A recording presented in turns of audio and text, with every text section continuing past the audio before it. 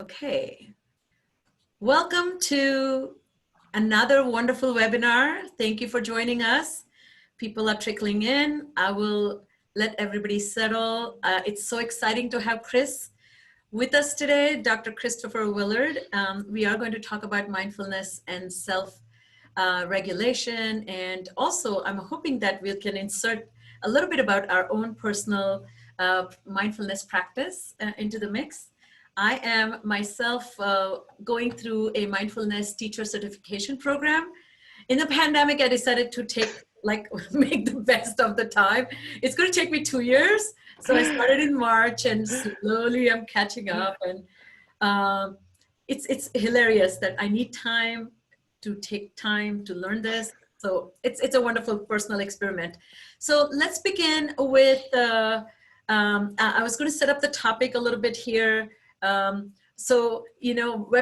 Merriam-Webster dictionary describes mindfulness as a practice of maintaining a non-judgmental state of heightened or complete awareness of one's thoughts, emotions, and experiences on moment-to-moment basis. And you're wondering why there's McDonald's picture there, so I thought I'll share this little quick video. I'm Christy Duffy for Smart Trend News. Police in Toledo, Ohio have just released surveillance video of an incident from New Year's Day. The video shows 25-year-old Melody Duchesne pulling up to a McDonald's drive-thru window with a neighbor at about 6:30 in the morning and objecting strongly when workers said she could not get chicken McNuggets at that hour because the eatery had started serving breakfast at 2:30 a.m. At that point, she is seen getting out of the car and hitting the drive-thru employee in the mouth. Then the manager comes over, Duchesne swings a few more times, and the manager tries to pull her up through the window by her hair. Other employees prompted the manager to let her go. They close the window as Duchesne tries to push it open, but she then breaks the glass with an object from her car. The car passenger's mother said it was the employees who allowed this situation to escalate. All right. So it's very interesting. Sorry for such a gory and in-your-face kind of video, but I was just thinking about, think about the definition here. Maintaining a non-judgmental state when the goal is not being met definitely did not happen. With complete awareness of one's own thoughts and emotions did not happen. And keeping with the larger context in mind and staying socially appropriate or engaging in pro-social behaviors. So this is why we should be really talking and we should both be bantering about this. And it's a great pleasure to welcome Dr. Christopher Willard. He is the author of Growing Up with Mindfulness, and he also has a website which is called drchristopherwillard.com. I highly encourage you. And his fantastic book, which I have referred on a couple of webinars already, a children's book about bringing mindfulness in daily practice. So let me begin with my question for you, Chris, that you talk a lot about the biopsychosocial model of thriving. And what do you really mean by that? And how does that apply during a pandemic or in terms of mindfulness? Yeah, absolutely. So I think all of us, our lives just totally turned upside down, right? When we, it was up here in Cambridge, it was around Friday the 13th in March when everything kind of went pear-shaped. And, suddenly everyone's work, everyone's life was just thrust in different directions. And my work, certainly, of being a therapist and doing workshops really shifted. And I suddenly got asked to do a whole bunch of new presentations about how do we manage the pandemic and how do we care for ourselves through this with, schools and companies and hospitals and different folks I work with individually. And I've always really been a believer in this biopsychosocial model, which is kind of a fancy sounding long word, right, with a lot of syllables, but really it means how are we caring for our bodies, right? What are we doing to cultivate more health in our bodies? What are we doing with our minds to be able to just think and see a little bit more clearly? And lastly, the social, what are we doing in terms of our relationships, right? Which we need more than ever, especially when we're socially or physically isolated and distant in this time. And so I really started to think about, what's resilience? It's really kind of having these three aspects of our lives really thriving. And if we want to come out of this with what I would call post-traumatic growth rather than post-traumatic stress. It really is learning how to care for ourselves in these three ways in particular. And that's really, you know, we can also bring a lot of mindfulness to these things. So caring for our bodies a little bit more mindfully. Well, what could that look like? Right? Well, maybe that's bringing a bit more mindful eating into our lives. And I know that a lot of us with families and with jobs, we don't have, if you've done mindfulness, you know, before, maybe you've had that thing where you eat a raisin for a half an hour, and that's great if you've got time for that. If you've got kids and a job, you might not right now. But just how can we bring a little bit more deliberate awareness to our eating? We're often much more aware of the food chain and how fragile that is right now. Thinking about everybody who's a part of the food chain, from whoever is working at the grocery store, who's very vulnerable, to the farm workers and food factory workers who are vulnerable. And this actually, when we talk about this with our kids, it also really boosts our compassion and empathy at the same time, right? So considering things like this, thinking about where our food comes from, trying to have something of a schedule around eating. When I get stressed out, I forget to eat. I have to make myself. Why does that not happen to me? Well, I was eat gonna more. say the opposite, right? Is you know, for a lot of folks, right, kind of going back to comfort foods. And you know, if you think about the fight or flight response in the body, right, you're not probably, if you're trying to flee from a tiger, you're probably not craving kale, right? You want like sugar and salt and fat to have that energy. So we crave different foods, and so bringing more awareness to our eating when we can, you know, again within reason. But these are ways we can bring a bit more mindfulness, at least to eating, or to movement, trying to get exercise, taking a walk around the block with mindfulness, noticing what's beautiful, noticing, you know, I usually walk in all different places because I travel for work. These days I really know my neighborhood well, but it's amazing. It's like I'm noticing, oh, this flower's in blossom on this street corner today. And, you know, the birds sound a little bit different in the morning walk than they do in the afternoon walk, right? So we can just bring more mindfulness in informal ways, right, to how we're living our lives than, you know, always having time to sit down and do a half an hour of perfectly mindful eating, walking or breathing or something like that. We can just informally bring it in, right, in terms of exercise, eating, regulating our breath, trying to help ourselves get a little bit better sleep at night, which of course is so hard for all of us these days. So that's kind of thinking a little bit, you know, about the biological side of this in terms of caring for our bodies, which of course is going to make us emotionally, our immune system is going to be stronger, and also our physical immune system will be stronger. And that's just kind of the bio. We can also do that thinking about our relationships and thinking about how to have our minds and kind of psychologically being a bit more mindful through some other practices of awareness and gratitude and things like that. So I'm blathering on and on. So I'll slow down I really like a couple of things you're saying. One is, I think so often people are so focused on as if mindfulness comes from the mind. So they leave the body out. So I love that you're including in that conversation. And second thing, I think I really love that you're not just focusing on a personal, at a self level. You're really talking in the larger context of we as a community, we as society, we as family. But I think the mindfulness, when you are mindful, sounds like you're saying that people around you will automatically be compelled to look at their mindlessness more often. Well, that's also true. And that's also one of the things that actually really excited me right at the beginning of this. You know, excited about the pandemic. You know, we're concerned about, you know, how contagious this pandemic is. Well, I got really interested in the ways that mindfulness and emotions, both positive and negative emotions, actually really are contagious. So you can probably see, right, when you get panicky, right, your kids start to get panicky and anxious, right? When you're able to maintain your own equanimity as a teacher, as a parent, as a coworker, as a partner in a relationship, that really does trickle out to other people around us. And so the research, not only can we notice this in our lives, but the research really backs this up. Our kids are happier if we practice mindfulness. Our spouses are happier if we practice mindfulness. Our roommates, our employees are happier if we practice mindfulness. So sitting around doing nothing, you know, not only does that keep us from spreading, you know, the disease to other people, the virus with coronavirus, but it also actually keeps that calmness and self-regulation and happiness actually spreads to the people around us too. It's really cool the way mindfulness is also contagious right now. Yes, I really appreciate that. I guess, so you have a question for me? Yeah, so I was wondering if, I know so much of your work is around things like emotion regulation, emotional balance, executive function. Where does this come in when we're all trying to make sense of our experiences in an ongoing pandemic and levels of pandemic too that we're in right now too?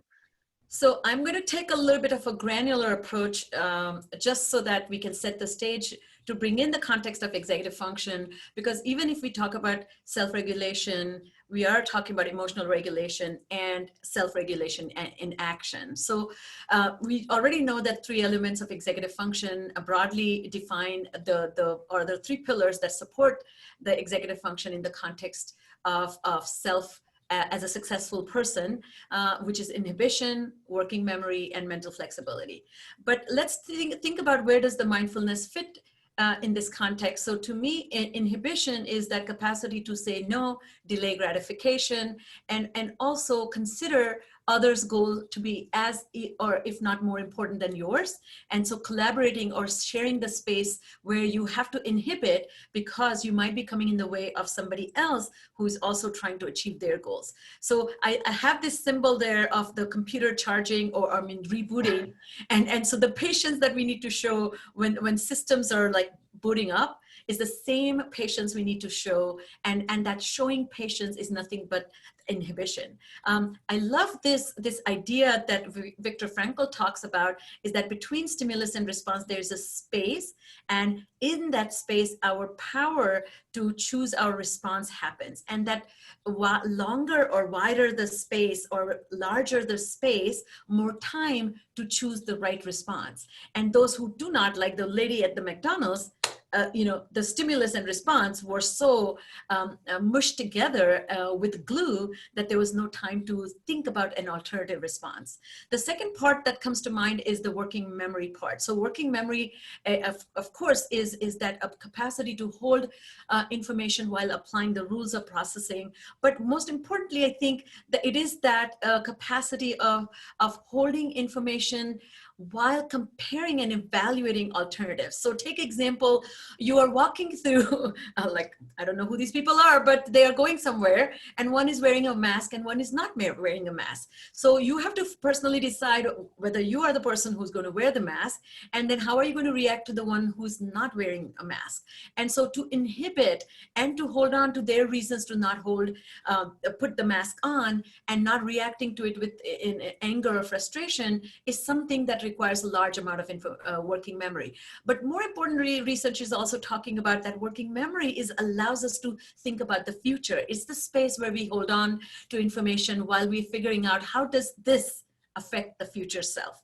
And that's where the mindfulness can really help. And lastly, talking about that cognitive flexibility, which is mental flexibility or affective flexibility. I have this picture of microscope and a telescope. So going into the depth while coming back to the larger picture. So activating both these devices simultaneously to be successful is really, really what we do. And Adele Diamond says that if one way of solving a problem isn't working, how else might we be successful? In chicken nuggets is what I want at 6:30 a.m. And if they're not offering, do I eat something else that they're offering?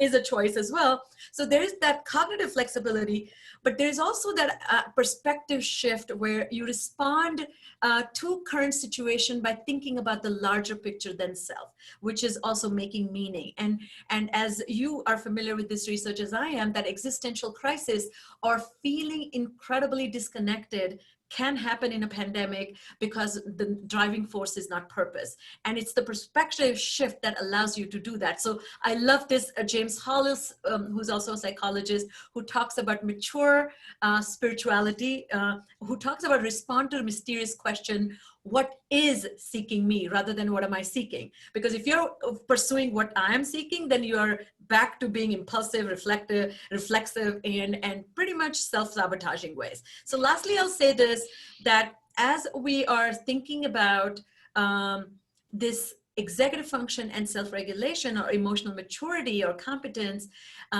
mindfulness is really hard. It's much harder than it looks. You have to determine your inner mental and emotional state on an ongoing basis. You know, and I know in our practices or in our work, people don't know why they're angry. if you ask them to explain their anger, their explanation doesn't match their real reason, but something 2 hours ago that may have peeved them now comes out with a frustration. Secondly, successfully maintaining that non-judgmental stance. That means I am really getting compromised, but I'm not angry. I'm really not satisfied, but I'm not going to take my anger on you. So that non-judgmental stance. And finally, instead of reacting, responding deliberately, intentionally, with a specific outcome in mind that serves the future self is what executive function allows. I love this cup that respond, don't react, but only executive function coffee that allows that to happen.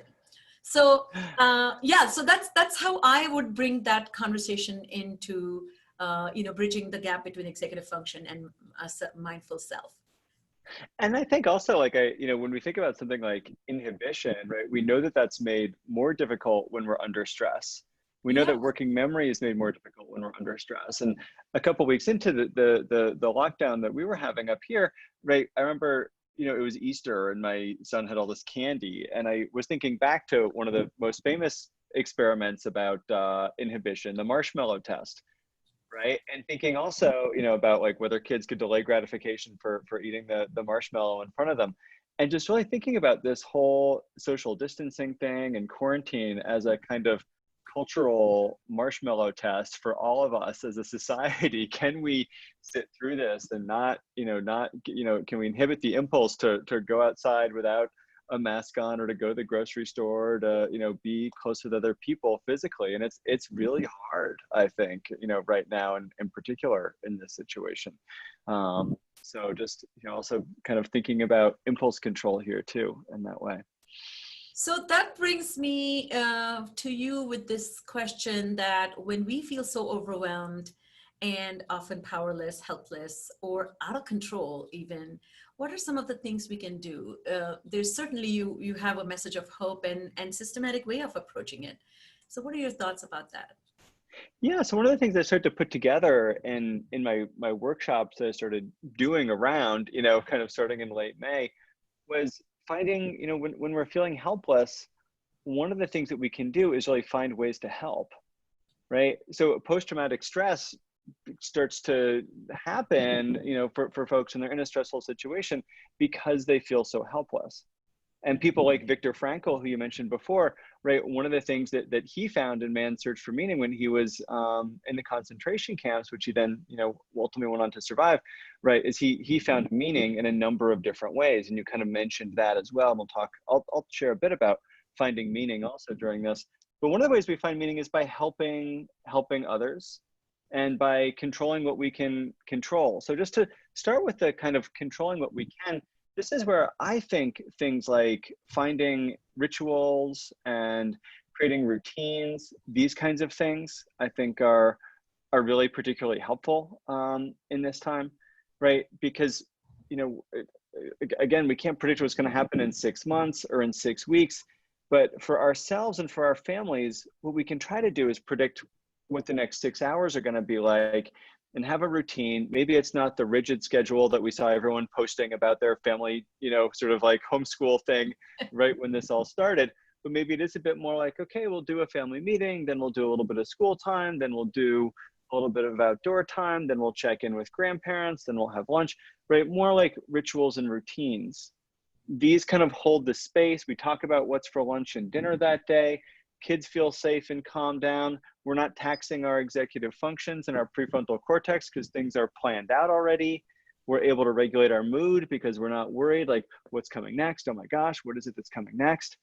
Right? So this actually really helps us to actually be more resilient out the other side of this, which I think is particularly important.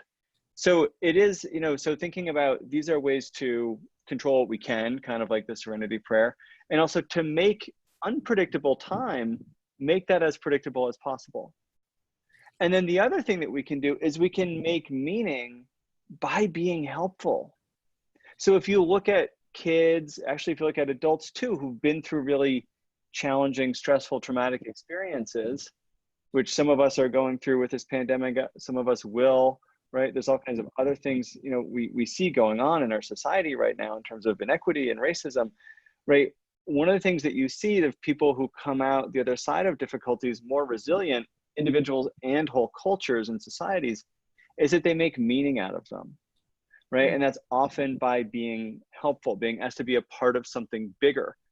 And I don't want the takeaway to be like, Dr. Willard said, you should be helpful, and so do the dishes around the house. Like, what I really mean is like, how can we help greater causes out there? How can we help the cause for justice? How can we help the cause for frontline workers? You know, can we put up signs in our windows that support people? Can we sew masks? Can our kids put on, you know, make artwork, right, and send it to the folks in the retirement community who can't have visitors right now, right? Can we ourselves, right, teach a friend how to cook? I'm amazed how many people don't know how to cook. I've been teaching friends how to cook over FaceTime, right? Can we do things like this that are, you know, really connecting with others, which is so important right now, giving us meaning and a sense of purpose when we feel like, what could I possibly do? I'm not, you know, a professional activist. I'm not a, you know, a doctor, a nurse or something like that, but there are ways we can contribute. And then we feel empowered. We're empowering people around us. We're maybe even in a society where it feels like our you know, things are getting frayed in terms of the connections. We're maybe even strengthening new connections, right? Between, you know, high school kids maybe getting online and tutoring, right, kids who are falling behind in elementary school. It keeps them busy. It gives them something to do. It helps these other kids to catch up, right? There's so many different ways where I can actually be strengthening our communal bonds and hopefully coming out of this whole thing stronger and more connected rather than, right, more splintered and more divided and weaker as a group and community, and weaker, you know, or more you know, more stressed out as individuals. So, you know, these are some of the things I think we can really start to think about. If we're helpless, we can find ways to help. If we feel like things are unpredictable, we can make, again, I can't predict what's going to happen, you know, in 6 months, but I can predict for my kids what we're going to have for dinner tonight. And that's going to be really helpful for them in terms of feeling that sense of safety and security. Everything you're speaking, it really speaks to my heart. I think kind of activating that sense of purpose to serve others sounds so inviting to me. I'll share what we as a family are doing in these hard times. One, my mom lives with us, and my kids are older than yours, and so they have returned back.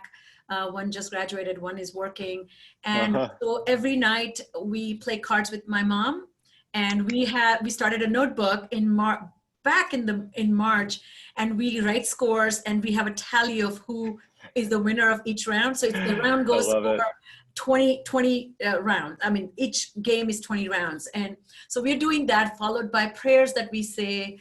I do a mindfulness meditation, a particular IM meditation practice with a friend of mine via Zoom every morning for 35 minutes and every afternoon for 15 minutes. So we do that together. And there's a group of girlfriends. We have every other week, 45 of us get together and watch a movie together. And then we have panel discussions, can I get invited? Like, yes, of course, we would love to. Awesome. You have little kids, so it will be a little bit harder, but it's been great experience just to that sense of camaraderie, to have chats with people, to watch movies, comment, just a great sense of having a party. And I cook a lot and I love cooking. So I take meals to my neighbors and just drop it off. Something I make, and just randomly, like, just if we make cookies, we just drop it off. And lastly, a funny story happened. We were at the voting, the last day to vote, pre-voting, I guess. Right. And we arrived there. I finished work on Friday and arrived there at 5 p.m. and it was open till 7. We did not finish voting till 10:45. So we got out of there, and we noticed that I talked to the people who were manning the booth, and they had been there for since 6 a.m. and they had not eaten. So we went to the nearby Domino's Pizza, and we got tons of pizzas for everybody, and we just delivered that. And nothing about planned or it was. So to me, it's such an interesting way to think about impulsive thought. As long as it is designed to help people, it's not really impulsive, but an impulse to act in a serving greater than self-good, I guess. And those thoughts won't occur to you if you're not mindfully aware of people who you're in company of, you know? Right. And so in Right. isolation, so these thoughts really, really speak to my heart. I appreciate that so much, how to, again, think about the larger reason to be mindful. So I appreciate that a lot. So can you tell us why you think, in order to address some of the methods to expand the emotional bandwidth of the mindful self, we have to really talk about these phenomena of boredom and exhaustion that I think so many of us are experiencing, and especially as this kind of drags on, especially as other things, you know, again, sort of, you know, starts to come up in our culture these days in our society right now. It's so interesting you asked me that question, because I was just thinking about here, to be mindful self, you have to be a higher self, so to speak, in a way, a little bit. And then let's talk about our lower selves.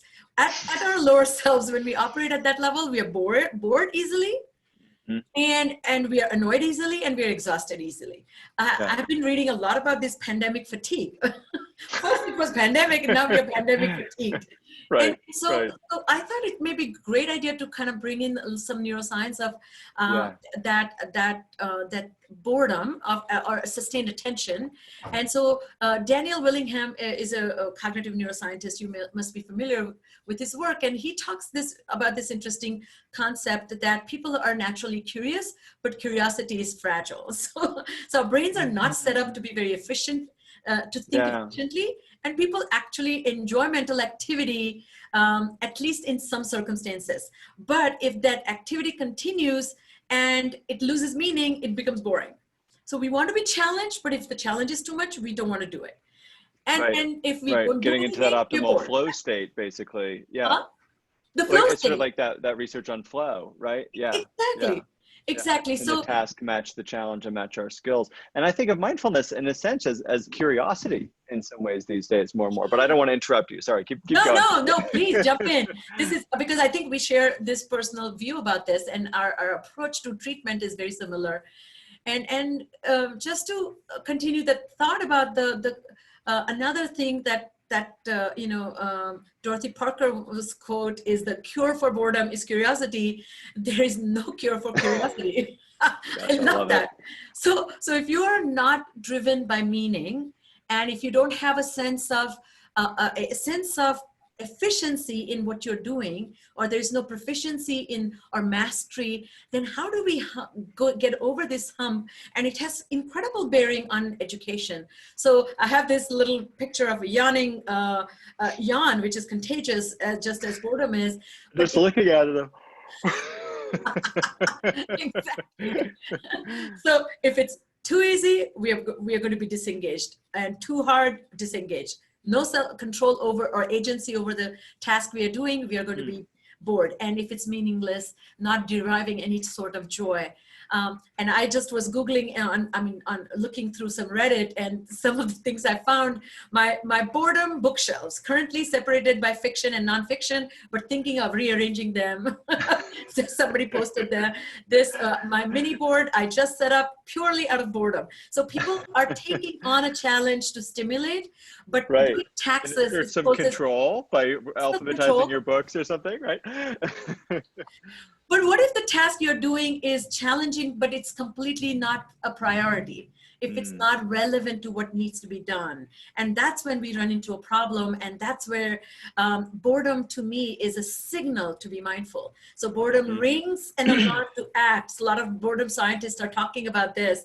And it is, in essence, can lead to overeating, overindulgence, Netflix binge watching, and in worst cases, to depression. So lastly, I'll kind of bring in this concept of educational considerations. I think, is the content too boring, too easy? The child feels, I already know this, I don't need to learn this. Is the teaching very monotonous and boring? Particularly if you don't have no in-person interaction with your teacher. And our expectations or the delivery of those expectations too non-transparent. That means it's opaque and it's implicit. And then when somebody rubs against it, they're getting the feedback or an experience of you're not enough. And then that can lead to incredible mindlessness on the child's part as well. And are there no hooks to rope the learner into intrinsic motivation by creating curiosity? And is the why explained? And I feel, I don't know, Chris, if you're seeing that with your school-age children, but this whole shift to digital learning without any a very proper and authentic way of setting up the educational and learning experience has brought upon all these mindlessness experiences for children as well. Yeah. So that's where I bring in the boredom and exhaustion, leading to invitation to continue to stay mindless. Right, right. And I think it's so hard for kids to stay engaged and to find meaning right now, certainly through school, and there's not the social interactions also that are helping in terms of some extrinsic motivation, right? Like where are the hooks? What is the point? I mean, I think a lot of us adults are feeling like what's the point? And certainly our kids, as they're trying to learn right now, like even more so, and that's trickling down to the kids too. And I know so many teachers are exhausted and feeling like they're working so hard to set up lessons and then wondering what's the point when kids don't show up. But it is so important to keep doing that, to keep holding that space. But I think a lot of us are feeling that right now. Yeah. Are you noticing that kind of boredom and exhaustion setting in your day-to-day life? Oh yeah, absolutely. I mean, and I try very hard to create a kind of like rich, diverse day with a lot of different elements in it.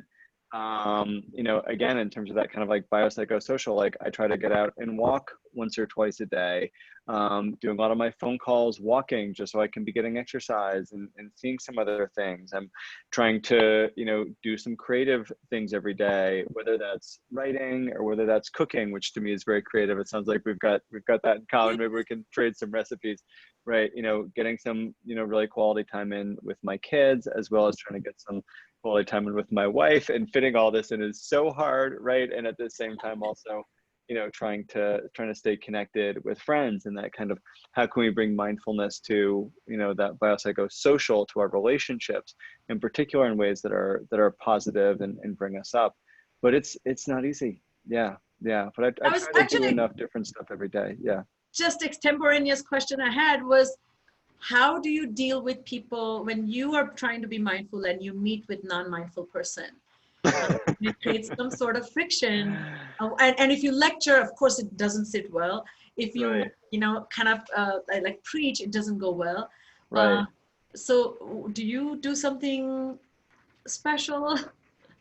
I mean, you know, I think, you know, to me, it's about how do I adapt myself to meet these people where they are, you know, certainly in my clinical work, right? You know, how can I adapt to keep people engaged? And, you know, I'm sure in your coaching, you're finding this as well, but it's like, I'm mixing it up. So if I'm working with kids, then, and I'm not doing 45 minutes of play therapy because I'm not in my office, I'm on Zoom. So I'm doing more like, you know, maybe 20 minutes of consulting with the parents and then 20 minutes with the kids, or I'm doing different kinds of sessions with people because, you know, they're not necessarily feeling as engaged.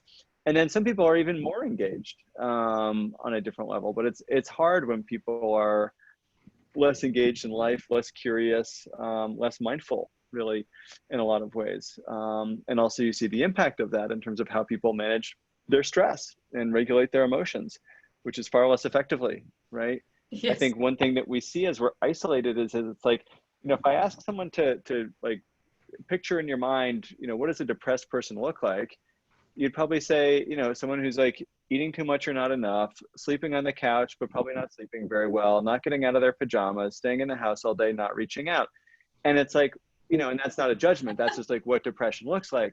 But that's also what our 50% of the lives world. look like. Yeah, but it's also what our lives look like during the pandemic, right? So it's like becomes in some ways a chicken and an egg. Is the situation we're in then only increasing the depression that we're feeling because we're, you know, in a sense enacting depression and what that looks like, right? Wow. So it is exacerbating that for so many people as well. Yeah, I didn't think about that. That's really, really very important thing to. I have 3 men in the house, and you know, as a woman, I just tend to groom more. I'm very conscious about my new presence. I play with my background. I am wearing PJs underneath, but I will put my earrings. And there's a way to, you know, lift my face up a little bit, and these men are in their beard, with their beard, and they take great pride in showing like how they can grow a beard, particularly Right, men. right. So I have to kind of say, just you're setting a vibe of like really depressed, like standards are lowering. So elevate, please. Yeah, yeah, yeah. I definitely had a beard the first month, and I finally was like, all right, that's enough of that. Right? But it's And also getting too hot. we actually decided to have sit-down dinners, dressed up dinners. I love that. That is exactly, I mean, I feel like I would love to see more families doing that kind of thing. It's like respecting yourself and others and honoring it and trying to have fun. And a friend of mine is posting on Instagram, her kids like made this meal and like cooked the food and dressed up as waiters, and they got dressed up, and like this kind of thing is so fun. And it makes also, again, that ritual, which I think is so important for getting individuals and communities and cultures through difficult times, and discovering new rituals that may last beyond this to keep us resilient. Like that's what's really cool about, this is really cool about a pandemic. That's what's really cool about, though, about like a historical Nice event, going there, Chris. is that is that it, you know, we can create all these new incredible rituals and new discoveries, not just new vaccines or new treatments, but all these other new ways of being in the world that I think clarify what our values really are and help us enact them in these really beautiful ways as individuals and families and as groups too. So it's got potential, you know, is what I also want to keep reminding us, even when we're feeling that pandemic fatigue, as you were saying, and the Zoom gloom or Zoom doom, as I heard someone refer to it. I mean, bad, but I love it. You know, it reminds me of my so for years, like whenever we did a takeout, I would transfer the takeout into serving containers, and then always eat in like real plates, not paper plates. Right.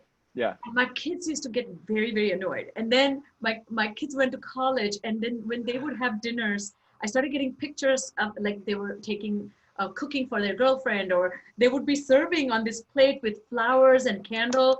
And now that they're home, every day we have the same ritual. Like we take out different types of plates, but we have bowls and plates, and then real silverware, and when the candle is lit, there's also water, served, and like fancy beer glass. I mean, it's just hilarious. We're going nowhere. Growing up. But it's great because you're honoring the moment, and and all those rituals. Like if you look at, you know, like a Zen tea ceremony, or, you know, all these things make us feel more connected and feel more like life has meaning and things matter. You know, like those little things, you know, as John Kabat-Zinn says, they're not little, right? They're important. To totally misquote him, he said something like that. That's all I know. But I get it. Yeah. Well, we have already jumped into this question, but I was wondering, what are the best things we can offer to our kids in these challenging times? And you already mentioned a few, but maybe you can give think about giving us in two ways. One is kids who are not struggling, and I don't know if you can categorize it that way, but then kids who are struggling. Yeah. And I think, you know, and I think in some ways the conversation I started moving in this direction. Like, you know, ultimately the best thing we can offer our kids is our best selves, right? And so what does that mean, right? Is that our own mindfulness that we know is going to trickle down? Is that our own self-regulation, which is going to model and also co-regulate with our kids when they're dysregulated until they've learned how to internalize that for themselves? But it's also, I mean, one of the things thank you. Yeah. And I've been kind of coming back to, my wife is actually, she's a medical historian, which is like pretty topical right now. She studies plagues and pandemics and things like that. And teaches about the history of these things. And I wonder if she has read the book called Ether. This is a medical historian who wrote in Boston, like how anesthesia came out. And I read that book with such fascination. I can't wait. Has she written anything I can read?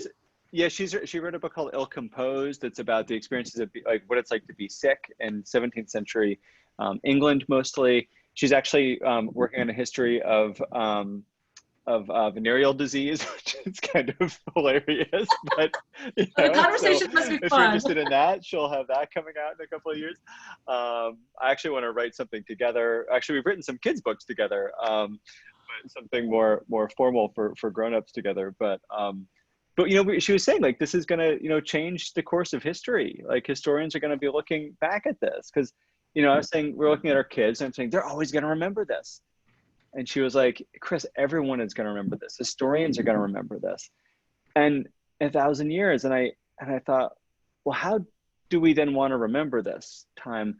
And how do we want to be remembered in this time?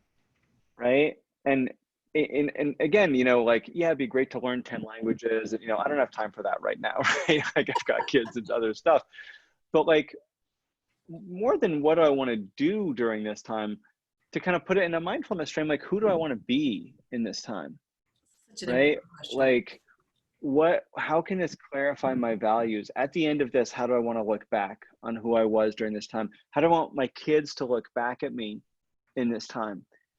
And the kind of shorthand I've been saying is like, you know, do I want to be the guy that grabbed the last roll of toilet paper, you know, and, you know, punched through the drive-through window, right, to get it, you know, or do I want to be the guy that's like, you know, texts my neighbor and says, you know, hey, I'm going to the grocery store. Do you need anything? Do you need any toilet paper? Right? Or whatever it is, that whatever the latest shortage is going to be, right?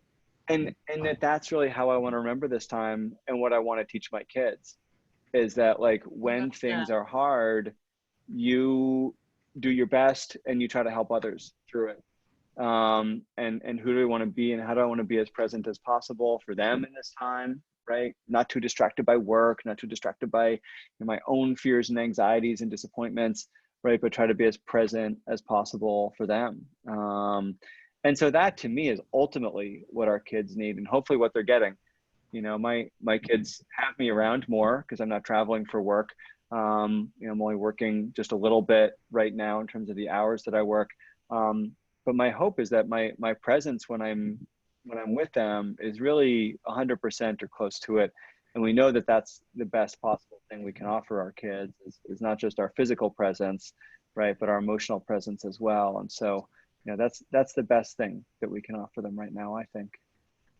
I really like that a lot. And I think what you're making me think about is, what is the motivation behind it? Because anything we are trying to, I think this happens to my conversations with parents often. They are so desperate for their children to be better people, and they are. and their attitude is, let's do all that we can do to him or her so they have better life experience. And they always accidentally, I think, leave their own role out. Right. And I'm not saying that they're bad people or good people. Oh, yeah. They just think they have already arrived. And I remind them, just like you're saying, that it's maintaining that is more important than being that. Like, you're not becoming a good person, but you have to maintain being a good person. Right. Right. And so, I heard someone, yeah, sorry, go ahead. No, go ahead.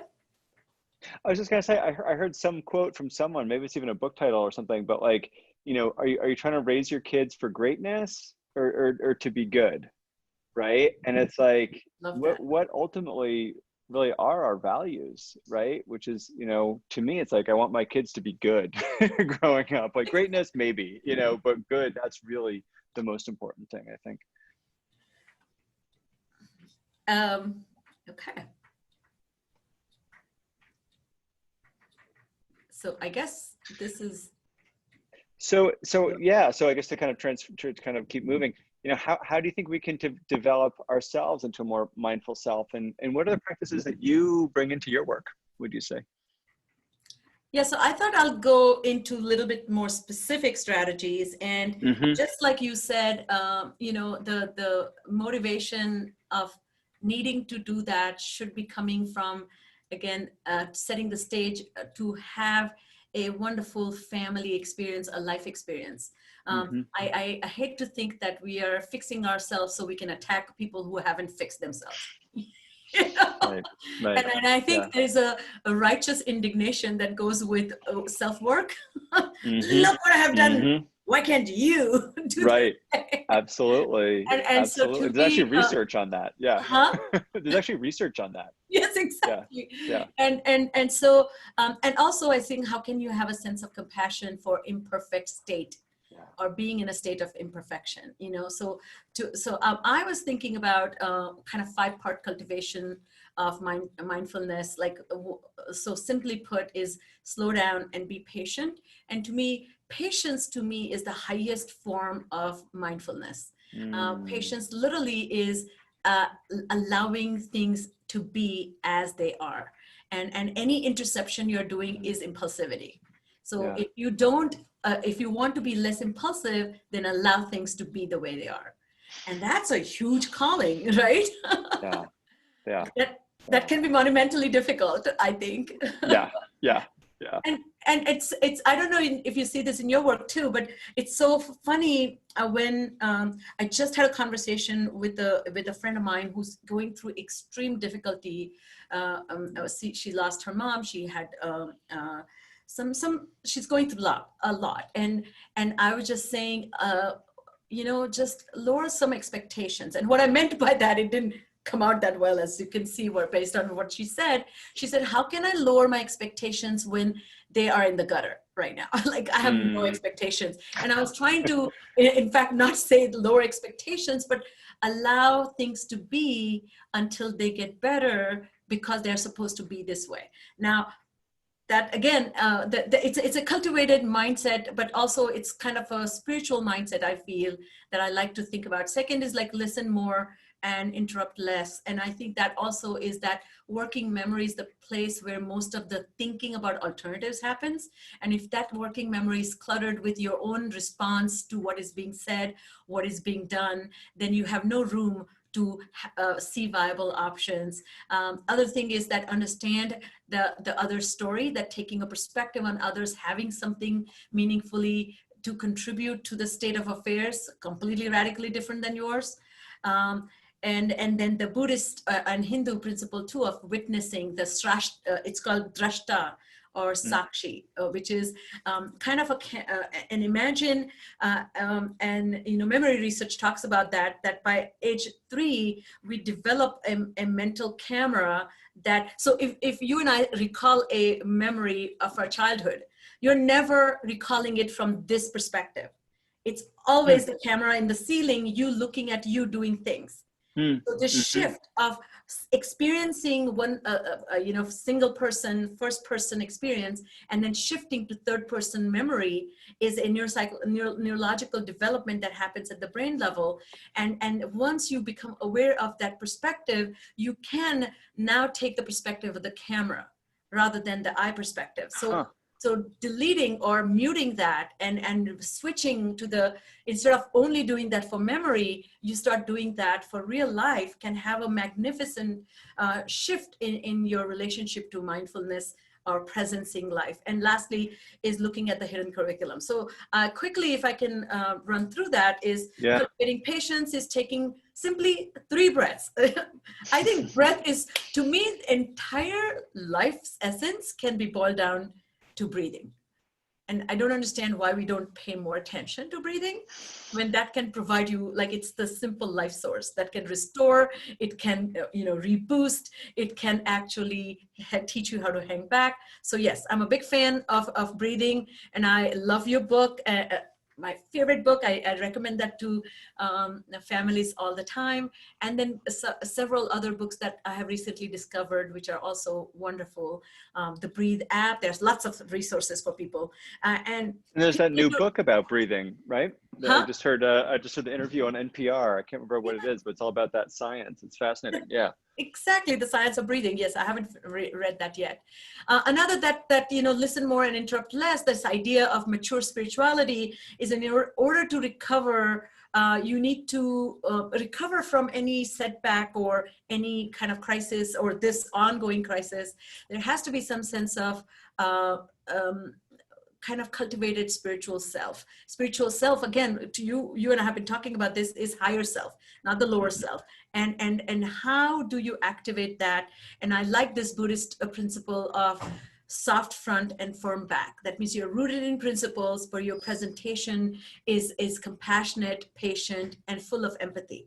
So that doesn't mean you're weak, because you're not sacrificing your principles, but you are rooted and you know why you're doing what you're doing. And in that sense, then using that mature spirituality to be with imperfection in togetherness. And that idea that I think you're spazzing right now, you're yelling at me, I didn't do it, but it looks like you're having a hard day. And so how to look at somebody else's spaz with great compassion, that requires a lot of mindfulness. Very, very hard. Another, we went several years ago, we went to Hawaii, and there was a cultural event we attended, and this particular, tribe from New Zealand, I think it's a Maori, and they have a greeting called hungi. And now this is, of course, in a pandemic, so this doesn't work well. But this idea of breathing the same air. And they greet, you rest your head against the other and breathe that air in solidarity. And I just love this idea of, imagine at such a granular level we are connected. That the breathing, that the air we breathe, we share, then why not entire life that we are spending together, we share.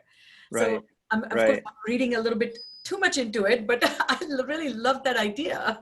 It's so beautiful. I mean, my son actually, like, he just, like, somehow we were talking about this with breathing, but like that we're, share air with trees and that kind of thing. But also he was like, we breathe the same air that the dinosaurs used to breathe.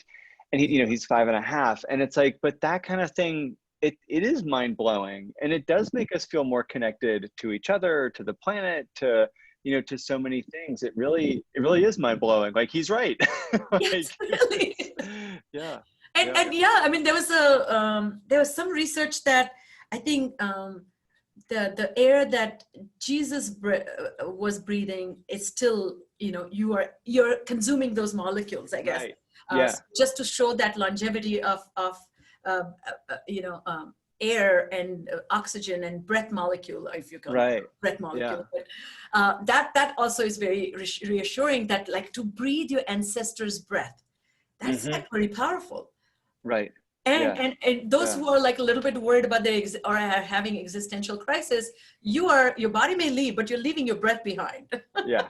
Right. For your children and your grandchildren and great-grandchildren to breathe. So be assured. It's a great panic management at a spiritual level, I feel. Yeah. And then I think going back to this, I'm at heart an English major. I feel like Me too. How do we connect with beauty? The sense of beauty that exists by people who have done beautiful thinking, people who have produced beautiful things, and how can we really go to the heart of that beauty and remind ourselves that life has so much to offer, and we may be kind of blindsided by a pandemic here and there, but there's something like, and this is a beautiful poem, and it really talks about that. Do not try to save the whole world or do anything grandiose. I love that. Instead, create a clearing in the dense forest of your life and wait there patiently until the song that is your life falls into your own cupped hands and you recognize and greet it. Only then will you know how to give yourself to this world so worth of rescue. Love that. Just love that. Like this, truly, I think just to your point, you were saying that parents have these aspirations to make their children great. No, just make them good. Teach them how to create a clearing and just wait there for life to unfold. I just love that. It's so profound. Yeah.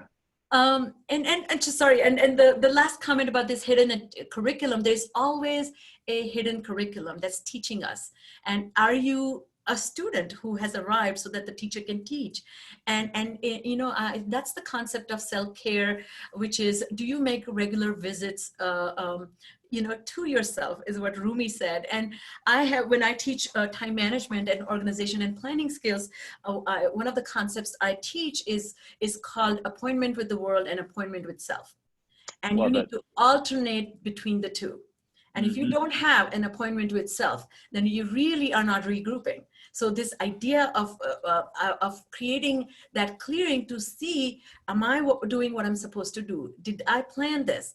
Am I happy or content with the results? Or do I need to change course? All that happens during the appointment with self.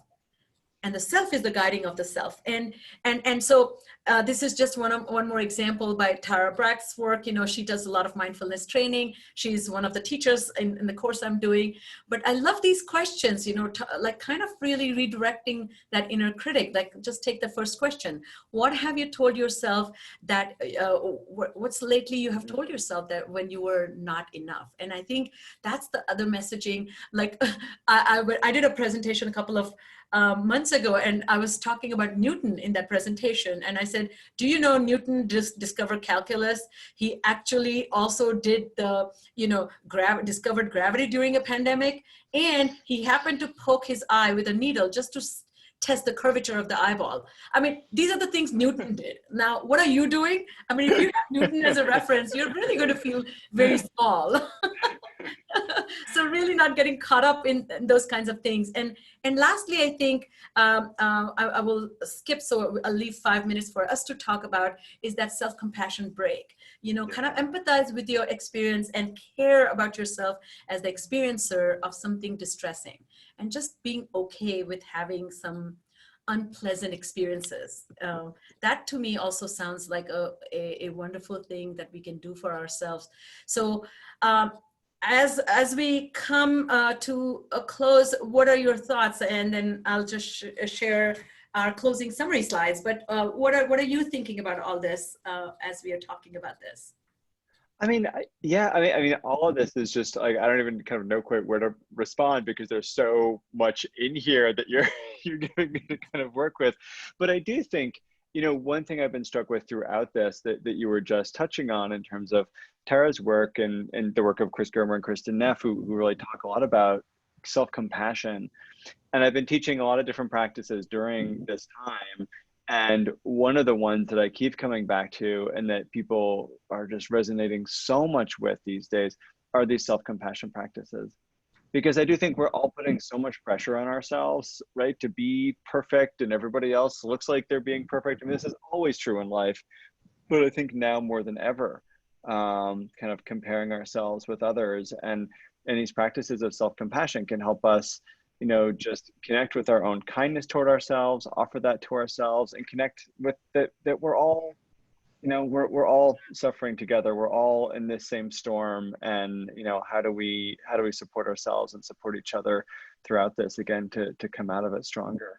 And I do really feel like self-compassion is one of those major keys to that. So as we come to an end, I wanted to just review what you and I have been talking about. And once again, thank you for being such a great partner.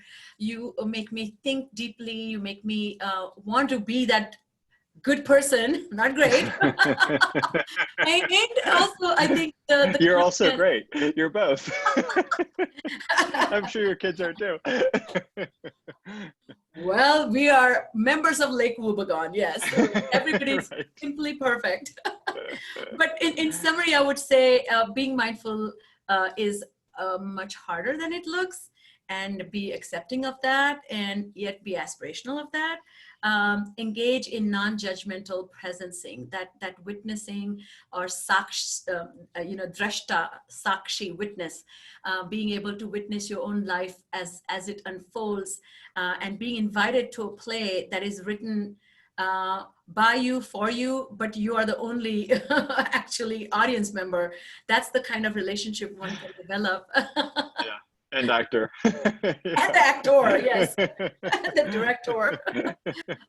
Your strength is in connecting with others, and that mindfulness is, in fact, nothing but, as you said, is being able to fully able to offer to the other. And I think to offer to other, you have to be content with yourself. And mindfulness to me is demonstrating that contentment, or speaking the language of contentment.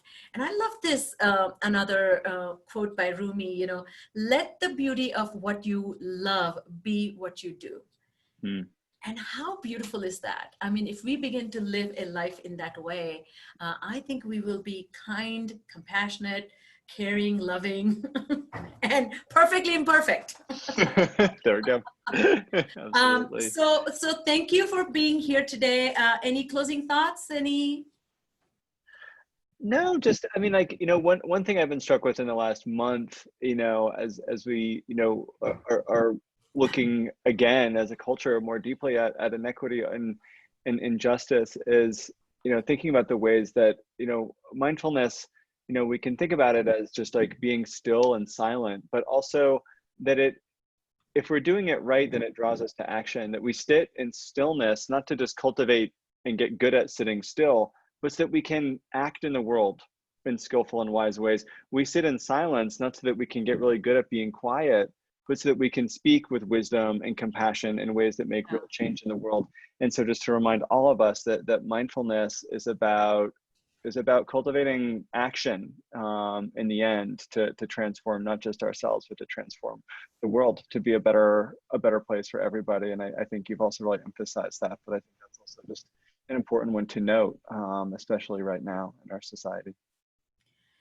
Well, thank you so much for being here with me and sharing this space. You can reach Dr. Christopher Willard at his site, which you will have access to in the handout. Please take the survey, talk to us, tell us what you liked, if you have any suggestions for next topic, and be well, stay safe, and stay connected. Have a Thank you wonderful, for wonderful having me. day. Thank you.